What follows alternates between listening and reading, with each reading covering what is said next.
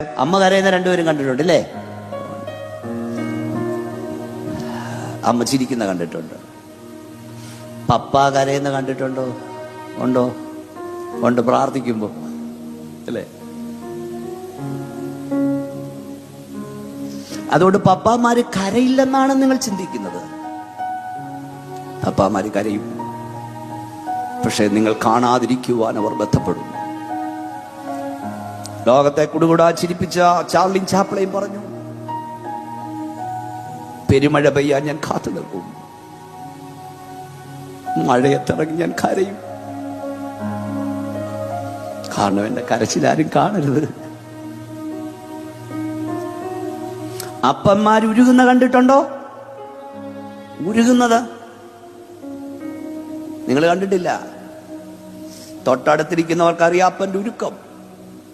ഈ മനുഷ്യൻ ഉരുക, മൂത്തവോട് ഫീസ് ചോദിക്കുന്നു, കടക്കാരൻ വന്ന് കടം, വാടകക്കാരൻ വാടക. ഞാൻ എന്തിനാ ഇതൊക്കെ പറയുന്നറിയാവോ? നിന്റെ അപ്പൻ ഇന്നലെ കൊണ്ട വെയിലാ ഇന്നത്തെ നിന്റെ തണൽ. ഈ അപ്പനെയാണോ വഴിയിലിറക്കി വിടുന്നേ?